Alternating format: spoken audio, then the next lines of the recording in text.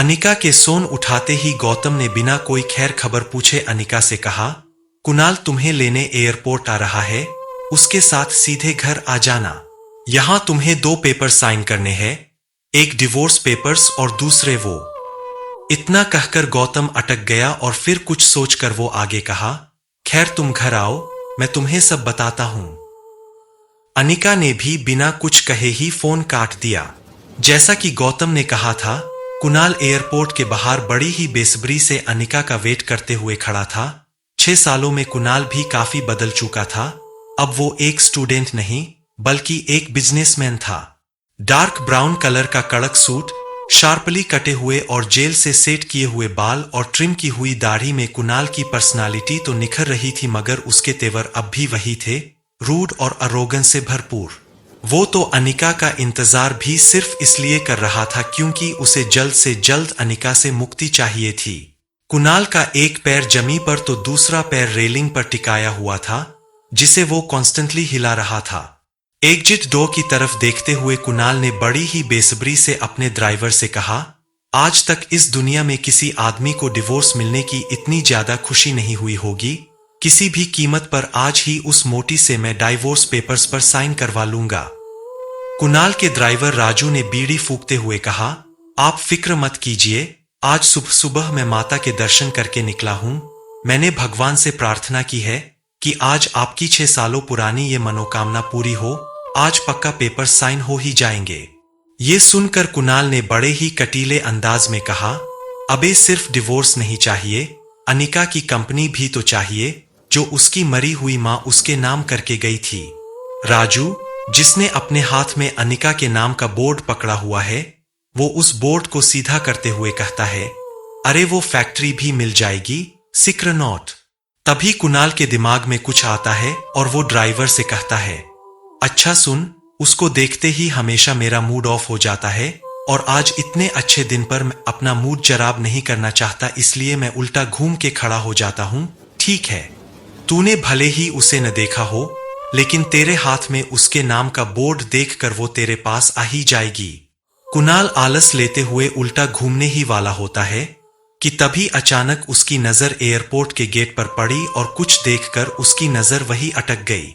कुणाल ने एयरपोर्ट से बाहर आते हुए एक लड़की को देखा तो वो देखता ही रह गया, मानो जैसे उसने आज से पहले किसी खूबसूरत लड़की को देखा ही नहीं। उस लड़की को देखकर कुणाल के मुंह से निकल जाता है, यार इतनी खूबसूरत लड़की तो मनाली में कभी दिखी ही नहीं। ड्राइवर राजू ने भी उसकी बात में हामी भरी।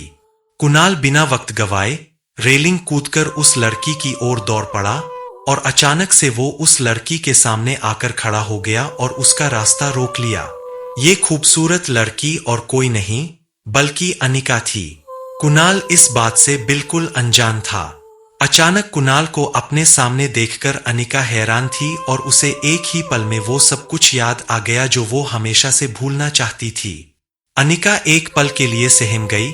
उसको लगा कि कहीं पहले की तरह कुणाल फिर से उसकी इंसल्ट न कर दे और इसलिए अनिका सीधा कुणाल को थप्पड़ जड़ देना चाहती थी, मगर वो अपनी बेटी रिया के सामने कोई तमाशा नहीं करना चाहती थी। तभी अचानक कुणाल बोल पड़ा, हेलो मिस गॉर्जियस, आप मनाली में पहली बार आई लगती है, क्योंकि अगर पहले आई होती तो ये तो पॉसिबल नहीं है कि अब तक आप मेरी नजरों से अननोटिस्ड रहती। अनिका को पहले तो कुछ समझ में नहीं आया, लेकिन अगले ही पल वो समझ गई कि कुणाल उसे पहचान नहीं पाया था।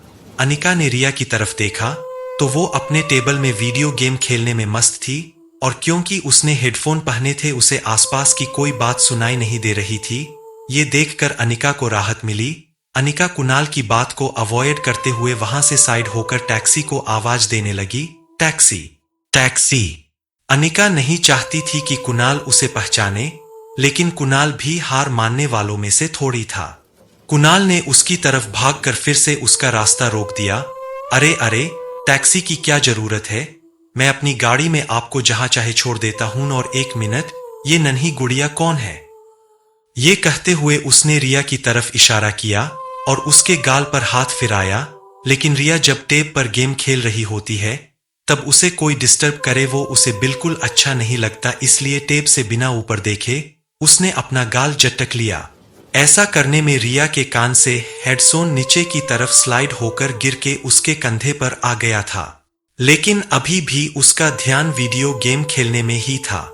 अनिका टैक्सी ढूंढने में बिजी हो गई, लेकिन कुणाल पीछे पीछे आकर उससे एक नहीं तो दूसरे तरीके से बात करने की कोशिश करता रहा। कुणाल ने कहा, ओह समझ गया, ये आपकी छोटी बहन है ना? ये सुनकर रिया जोर जोर से हंस पड़ी। तभी कुणाल को वापस गौतम का फोन आया। कुणाल ने जैसे ही फोन उठाया, गौतम ने पूछा, क्या तुम्हें अनिका दिखी? कुणाल ने बड़ा ही तीखा जवाब देते हुए कहा, ना दिखने के लिए आपकी बेटी कोई सुई तो है नहीं। जब वो गेट से बाहर आएगी तो सिर्फ वो ही दिखेगी, उसके पीछे खड़े लोग भी दिखना बंद हो जाएंगे और वो रूडली फोन काट देता है। कुणाल की बात सुनकर अनिका को अंदाजा आ गया था कि वो पक्का उसी के बारे में बात कर रहा था। अनिका को कुणाल पर बहुत ही ज्यादा गुस्सा आ रहा था, लेकिन उसे बस अब जल्दी से टैक्सी चाहिए थी। वो पूरे जोश और गुस्से के साथ जोर से चिल्लाई, टैक्सी। ये सुनकर कुणाल और ज्यादा इंप्रेस हो गया और बड़े ही मीठे अंदाज में बोला, सुनिए मिस, मैं आपको छोड़ देता हूं ना। वैसे भी मैं जिसे लेने आया था लगता है वो आई ही नहीं। आप अगर बेंगलुरु की फ्लाइट में आई है तो आपने फ्लाइट में किसी बेहद मोटी औरत को देखा होगा। ये सुनकर अनिका एक पल को रुकी और उसने कुणाल की तरफ मुड़ कर देखा। कुणाल आगे कहता है, दरअसल 6 साल पहले वो 120 किलो की थी, अब 6 साल में तो उसने पक्का डबल सेंचुरी पार कर ही ली होगी। अनिका बिना कुछ बोले कुणाल की बातें सुनकर सोच रही थी कि ये पता नहीं क्या क्या सोच रहा है उसके बारे में। अपनी बातों को सुनते हुए कुणाल अनिका तो देखता है तो वो उसे इंप्रेस करने के चक्कर में और उसे हंसाने के लिए आगे कहता है, वैसे मुझे लगता है कि फ्लाइट वालों ने उसे बिठाने से मना कर दिया होगा, कहा होगा कि अगर तुम बैठोगी तो फ्लाइट कैसे उड़ेगी। कहते हुए वो खुद भी हंसता है और उम्मीद करता है कि उसके जोक से अनिका को भी हंसी आएगी, लेकिन अनिका बड़े ही ठंडे तरीके से उसको देखती रही। अनिका को हंसता हुआ ना देखकर कुणाल ने भी अपनी हंसी रोकी और बोला, अजी छोड़िए, मैं भी किसकी बातें लेकर बैठ गया, कहां आप और कहां वो। तभी एक टैक्सी अनिका के पास आकर रुक गई। दूसरी ओर पीछे से कुणाल का ड्राइवर हाथ में अनिका गुलेरिया का बोर्ड लेकर दौड़ा चला आ रहा था। वो आकर कुणाल के बाजू में खड़ा हो गया, मानो वो कुणाल को कुछ बताने आया हो। अनिका ने जल्दी जल्दी में रिया को टैक्सी में बिठाया और खुद जब टैक्सी में बैठने जा रही थी तब कुणाल ने थोड़ा मायूस होते हुए कहा, वैसे आपको मनाली में किसी भी चीज की जरूरत हो तो सिर्फ एक ही नाम याद रखिएगा, कुणाल डोगरा। किसी से भी मेरा नाम पूछिएगा, मेरे घर तक छोड़ जाएगा आपको। टैक्सी वहां से निकलने ही वाली थी कि तभी कुणाल ने टैक्सी रोकी और विंडो के पास झुककर बड़े ही फ्लर्टी अंदाज में कहा, अरे मिस अपना नाम तो बताती जाओ। इसके सुनकर अनिका ने कुणाल को देखते हुए अपनी आंखों से काला चश्मा निकाला और बड़े ही तेज और कटीली नजर से कुणाल को देखते हुए बिना किसी भी हाव भाव के धीरे से कहा, अनिका गुलेरिया।